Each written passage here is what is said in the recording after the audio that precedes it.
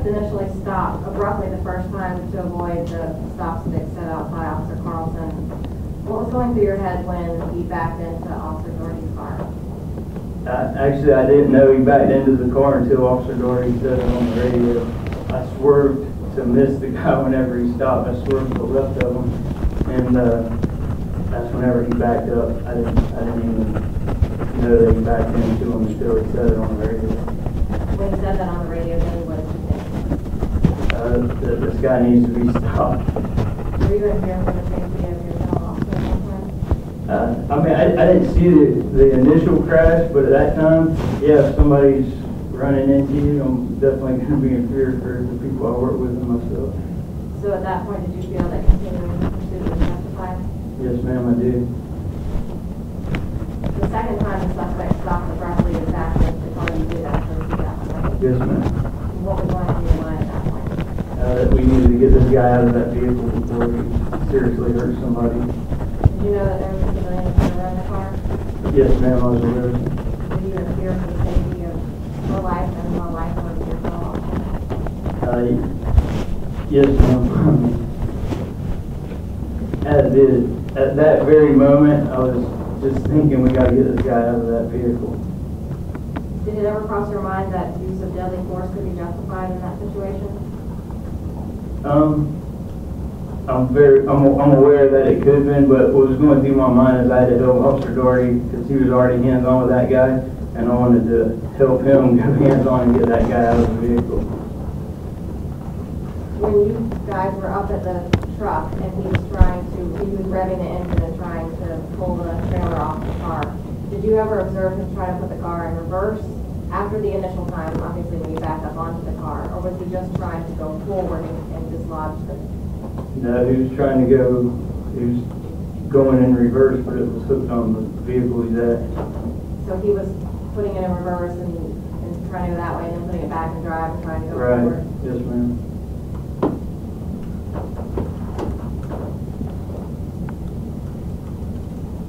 Struggling with the suspect at the door, did it ever cross your mind that he could put the truck in drive, dislodge it from the trailer and flee with you two hanging on to him? Yeah, I mean, my arms were in the vehicle, but I feel like I could have disengaged in time if it got to that point.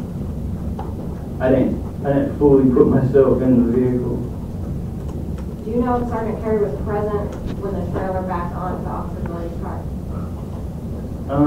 I know I think he was the vehicle behind me on Loretto, but I don't know exactly where he was at. You said you worked with Officer Doherty a lot. Were you confident that you and he would have been able to get that suspect out of the car? Yes, ma'am, I am. So if Sergeant Carey hadn't come up and told you to step aside, you believe you ultimately would have been successful? I don't know. I mean, I thought we could have got him as much as we had our hands on him, and we did not. At the time that Sergeant Carey came up and told you to back away from the vehicle, was that the time when, as you described in your testimony, that you had your arms around his neck trying to extract him from the car? Yeah, I think he had already pulled free from that, and I think I had him, I don't remember exactly where I had him at that point. I just backed away as soon as he told us to disengage. How long do you think that you and Officer Doherty physically struggled with the suspect before being told to back away by Sergeant Carey? 30 seconds, maybe more, maybe 30 seconds to 45 seconds. Did you ever hear Sergeant Carey make a statement, take him out with a gun? Yesterday was the first time I heard that statement. I didn't hear it that night. What do you think when you heard Sergeant Carey tell you to back away from him? I do what he said, I backed away.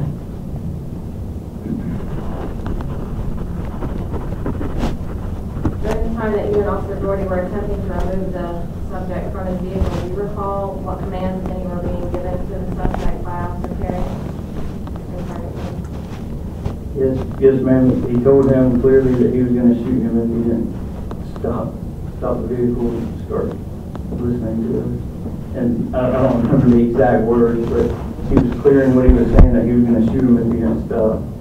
and give them multiple warnings.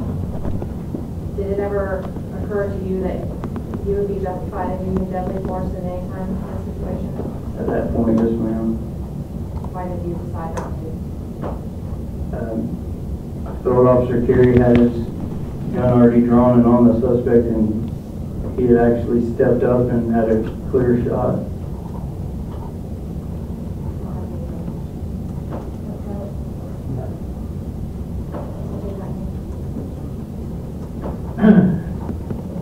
Do you know why y'all couldn't get him out? I wish I did. I mean, if we got him out, he'd got to be alive today. Did he hold on the steering wheel? He did have a hold of the steering wheel, and he was continuing to go, and he was just pulling away from everything we did. Is he belted in? I don't think he was, no, sir. You said that you knew or believed that the truck was stuck there at the scene. I didn't realize how stuck it was until after everything was over. What was making you believe at the scene that the truck was stuck?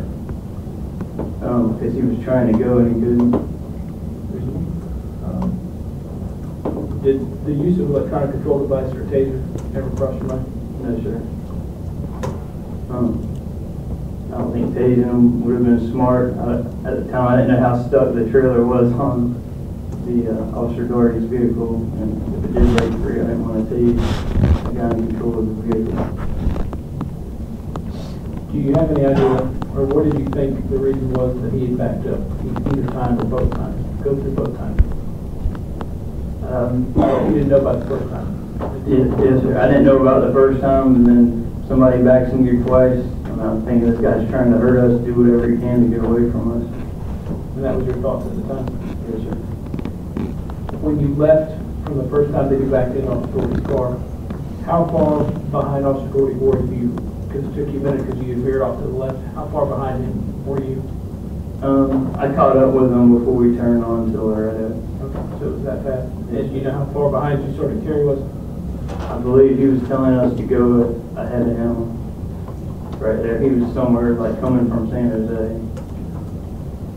And did you actually observe, were you looking at the car when Sergeant Carey used deadly force to the shooting? Yes, sir. I was right there.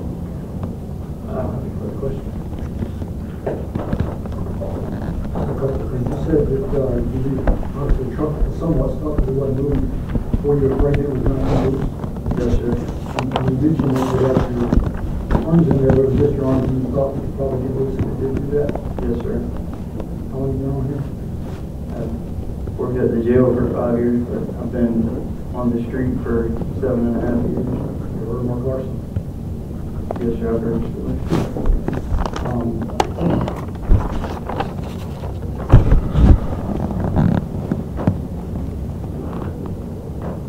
Ask the rest of my head, thanks.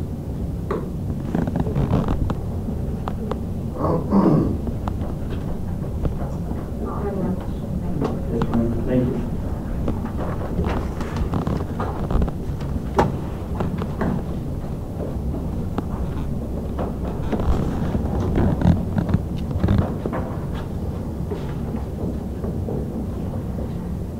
Call Officer Carlson, please.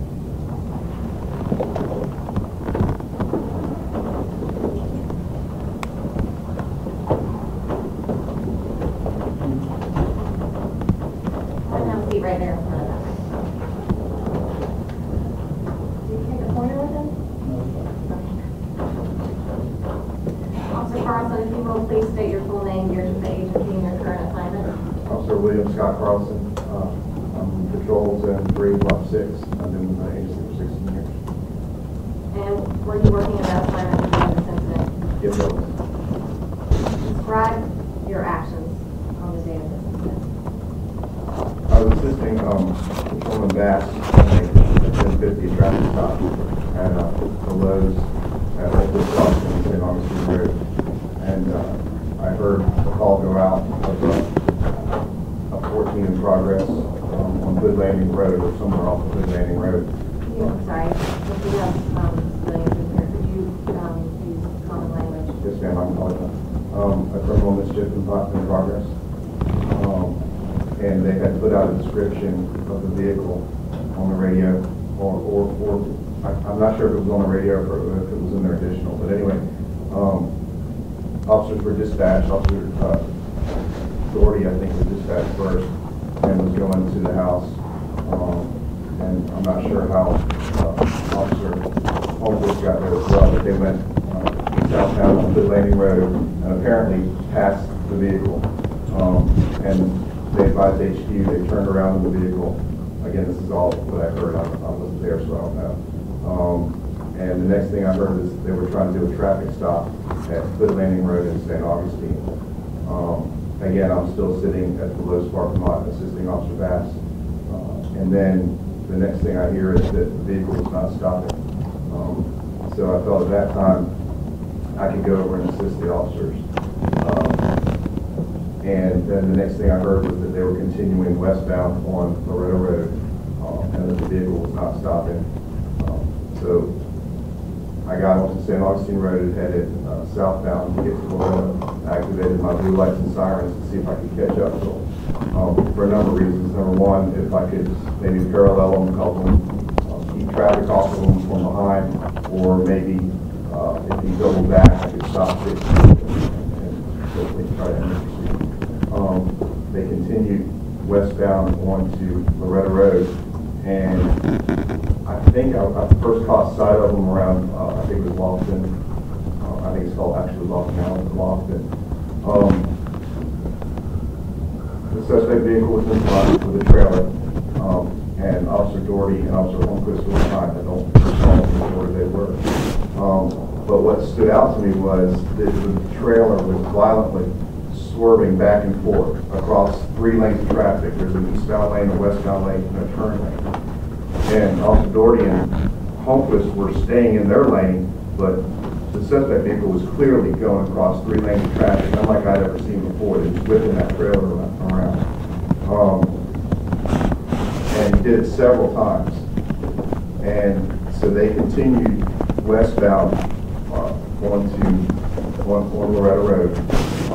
And several times he was traveling westbound in the eastbound lane. And I almost caught up to him. I was a little less than a quarter mile behind him, and I had passed Winford when I think it was Officer Holmquist asked for somebody to maybe try to stop pickup or to try to maybe parallel and go off of Winford. So I made a U-turn on Winford, made a U-turn on Loretto, went down to Winford and traveled north. And I stopped my patrol car in the grass on the east side of the road, right before Purdom and Winford, and my intention was to go ahead and stop the event, hopefully, and the pursuit. I stopped my vehicle, and I was opening the door just about to get out, when all of a sudden they had made it to me too fast. And the suspect vehicle, the truck and the trailer, came skidding. He hit his brakes and skidded straight in front of my car, missed my patrol car by less than a foot in front of my grill. And he ended up directly in front of me. And then Patrolman Doherty was behind him and stopped. And then Officer Holmquist was on the driver's side to go with him. And at that point, I figured, okay, we'll get out of the car, we'll apprehend them, and we can end it there. Well, as I opened my door and I was about to step out, and he violently threw it in reverse and rammed Officer Doherty. That was a huge crash, and I was unbelievable at the time. And so I got back, I closed the door back in my car, and then he threw it in drive and then went southbound on Western. I think at that time Officer Doherty got on the radio and said he just ran me or something similar to that. And I'm not sure, I think Doherty went first behind him, and then Holmquist backed out and went behind Doherty, and I had to make a 3-point turn, so it took me longer to get behind him. So I traveled south on to Winford and then east on to Loretto. And by the time I caught up to them, because of their speeds, they were already stopped, I think, at Acosta and Loretto there, on Loretto Road. When I arrived, this is the scene I saw when I arrived. When I arrived, I parked my patrol vehicle right here, just